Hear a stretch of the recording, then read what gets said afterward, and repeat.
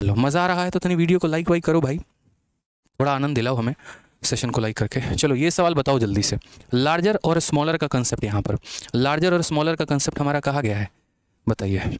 Larger और smaller का concept कहा गया है, जल्दी बताइए मेरे भाई। दो केस अभी फिलहाल हम आपको समझा रहे हैं, और वो दो केस क्या है, उदाहरण के तौर पे जैसे मान के चलिए 2 का पावर 25 है, ठीक है, या 2 का पावर हमारा कितना है, तो हम ऐसे समझाते हैं 2 का पावर 100 है, उसके बाद यहाँ पर 3 का पावर मेरे भाई 50 है, और उसके बाद हमारा 4 का पावर 25 है।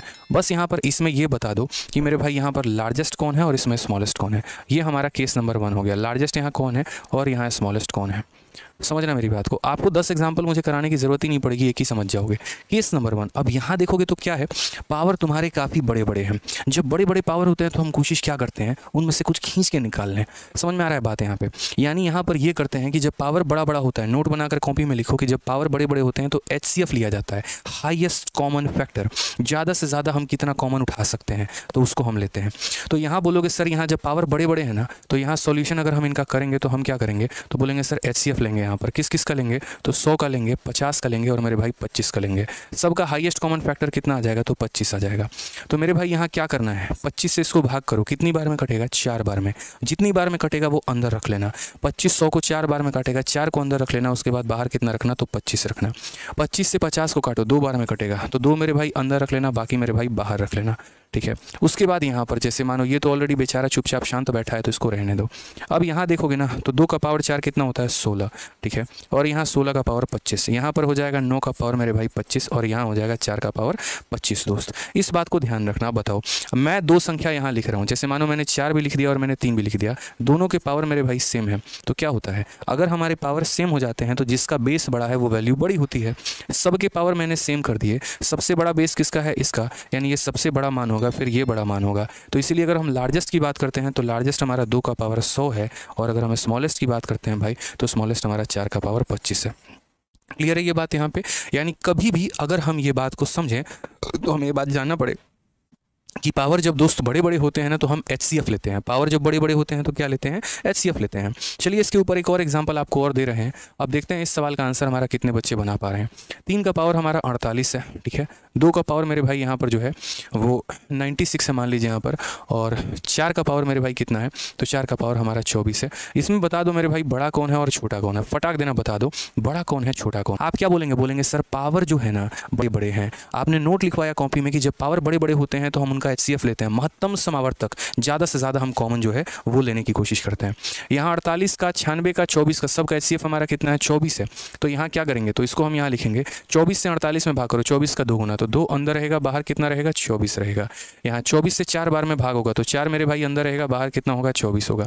यहाँ पर 24 से 1 बार में भाग होगा तो यहाँ पर कुछ नहीं, 24 रहेगा। अब ये 3 का स्क्वायर 9 होता है, 2 का स्क्वायर 4 16 होता है, और ये 4 मेरे भाई सबसे बड़ा कौन है, तो बोलोगे गुरुदेव सबसे बड़ा हमारा ये है, सबसे बड़ा ये है, यानी हमारा जो लार्जेस्ट होगा वो कौन होगा, तो लार्जेस्ट हमारा 2 का पावर 96 होगा। और स्मॉलेस्ट की बात करते हैं तो स्मॉलेस्ट ये है 4 है, यानी 4 का पावर कितना होगा, 24 होगा। ये करेक्ट आंसर है, ठीक है। तो आज की बात सीख लिए, जब पावर बड़े बड़े होते हैं तो हम क्या करते हैं, पावर जब बड़े बड़े होते हैं तो HCF लेते हैं। अब दूसरा केस आता है जब पावर छोटे छोटे हों, तो ये हमने डिस्कशन किया किसका, तो ये हमने डिस्कशन किया केस नंबर 1 का मेरे भाई।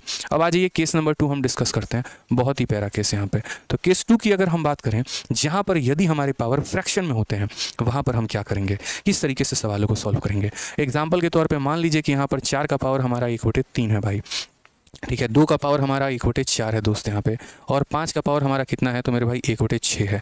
अब बताओ यहाँ बड़ा कौन है छोटा कौन है।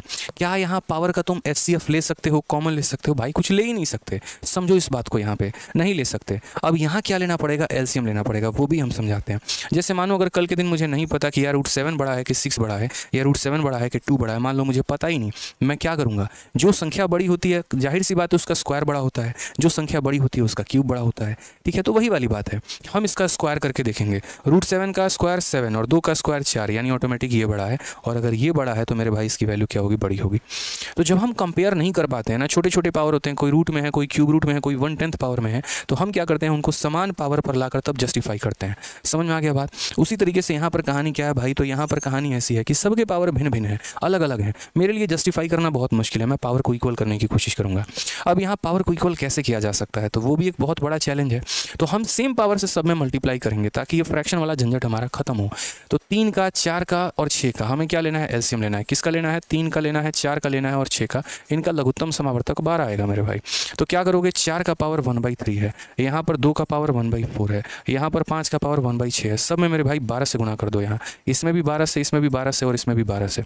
तो क्या हो जाएगा, 3 से तुम्हारा 4 बार में, 4 से मेरे भाई 3 बार में और 6 से तुम्हारा 2 बार में। ये 4 का पावर 4 हो गया, ये 2 का पावर 3 हो गया और ये 5 का पावर मेरे भाई 2 हो गया। 4 का पावर 4 कितना होता है, तो 4 का स्क्वायर 16 और 16 का स्क्वायर 256 हो गया। 2 का क्यूब 8 हो गया, 5 का स्क्वायर 25 हो गया। खुद बता दो मेरे भाई सबसे बड़ी संख्या कौन सी है, बताना भाई। तो सबसे बड़ी संख्या 256 है। और अगर सबसे बड़ी संख्या 256 है तो ये 256 कहाँ से आया, तो 4 का पावर 1/3 से आया। तो यानी लार्जेस्ट जो संख्या हो गई वो इतना हो गया। और स्मॉलेस्ट कौन सा है, तो 8 है। और 8 का मतलब कितना हो गया, तो 2 का पावर 1/4 हो गया। तो ये है। क्लियर है ये भाई मेरे।